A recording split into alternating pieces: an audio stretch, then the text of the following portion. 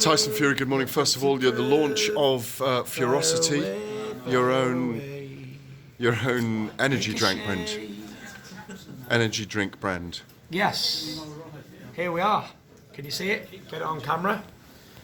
Get it in the papers. Because the boys are back in town. I'm taking over. You're doing Red that. Bull, Monster, Gypsy King's coming for you. You're doing that, but you're also preparing for your next fight. You haven't fought since October the 9th in Las Vegas, trilogy fight with Deontay Wilder. You must be looking forward to getting back into the ring. Yeah, most definitely. I've not stopped training since October the 9th. I've been really looking forward to re-entering the ring, and where better to do it than back in the UK, back home. It's been 4 years, it's been a long time that I've been away. I'm really excited to perform in front of my own fans and give the fans a fight back here and give them an opportunity to come and see me. See me perform. Sorry for interrupting you. It hasn't been officially announced yet, but are you expecting in your mind that you'll be facing Dillian Whyte next? Oh yeah, 100%. We won the purse bids. Dillian Whyte's the mandatory challenger. I've got no reason to believe that Dillian Whyte's not going to take the fight. I believe he takes the fight. He'd be stupid not to. Let's face it. It's their career highest payday for him. Let's not forget, he only made 250 grand to fight Povetkin in his last fight, and he's getting whatever 8 million for this fight, and then if he wins he can get 10 or 12. So he's going to be a millionaire if he fights the Gypsy King, and if he doesn't, he's in no better position than he's in already.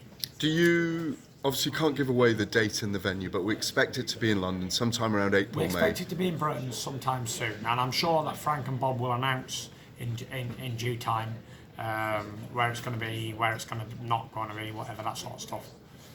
You've said a few things about Dillian Whyte, tried to call him out, it's been very quiet. Yeah. Or you not tried to call him out, you called him out, he's been very quiet. I think I've called him everything to a bull's foot, definitely.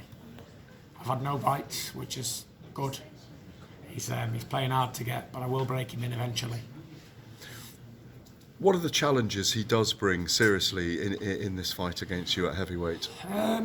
You know, there's just a challenge. Well, first challenge is that he's a heavyweight himself, and he can punch hard, and he's able to knock anybody out if he hits them clean. Secondly, he's a big man. He's 6'3" and 17 and a half, 18 stone. You know, that's enough, really, isn't it?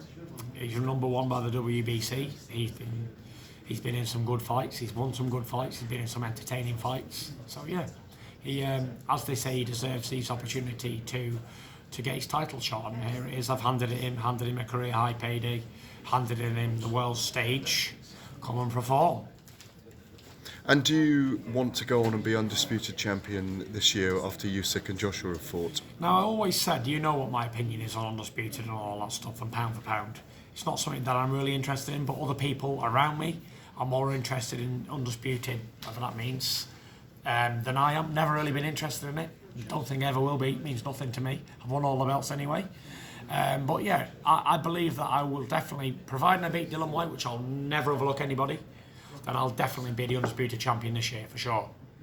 And will it feel any better than that now? No, not really. But other people will think it is. So for them, it's good. For me, it's just the same. More the same. Final question. It was thrown out there a couple of weeks ago. Francis Ngannou, the UFC heavyweight champion. Are you serious after boxing, potentially having a fight across codes with... Yeah, for sure. I hear he's injured at the moment, so he's unavailable to fight. So, you know, maybe early next year. I would be looking to do it, providing I beat Dillian Whyte and then beat Usyk for the undisputed, because I'm anticipating he's going to knock out AJ in the rematch and beat him again. So then, providing I beat those two guys, then I'd be looking end of February, early March, back over in Las Vegas to do the Ngannou fight, if it's agreeable on terms. Are you saying there then, if Joshua loses to Usyk, that you and he may not meet in the ring? Yeah, unfortunately for him, he can't hold up his end of the bargain, which he's let us down a few times, and he's just not good enough at this level. And that's unfortunate for him, but fortunate for me that I am good enough at this level and proved it many times. So if he loses again to Alexander Usyk, where does he really stand then? I'm not saying it's a foregone conclusion, because heavyweight boxing is heavyweight boxing. He's a big, powerful, strong man. So he could hit Alexander Usyk up there and knock him sideways.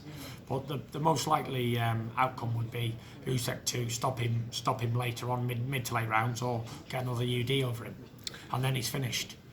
Final thing on Ngannou, how would you fight him? Is that in a cage? Is that with 4-ounce gloves? Is it in a boxing I think ring? it would be more tasty and appealing if it had a twist, not just a conventional boxing match, because he's probably got zero chance of beating me unless he knocks me back out one punch. So I think maybe in a cage, maybe in small gloves, or maybe without gloves. Proper gypsy style, bare knuckle. Yeah. Fair fight. Yeah, could do. Could do that. Thanks very much. Thank you.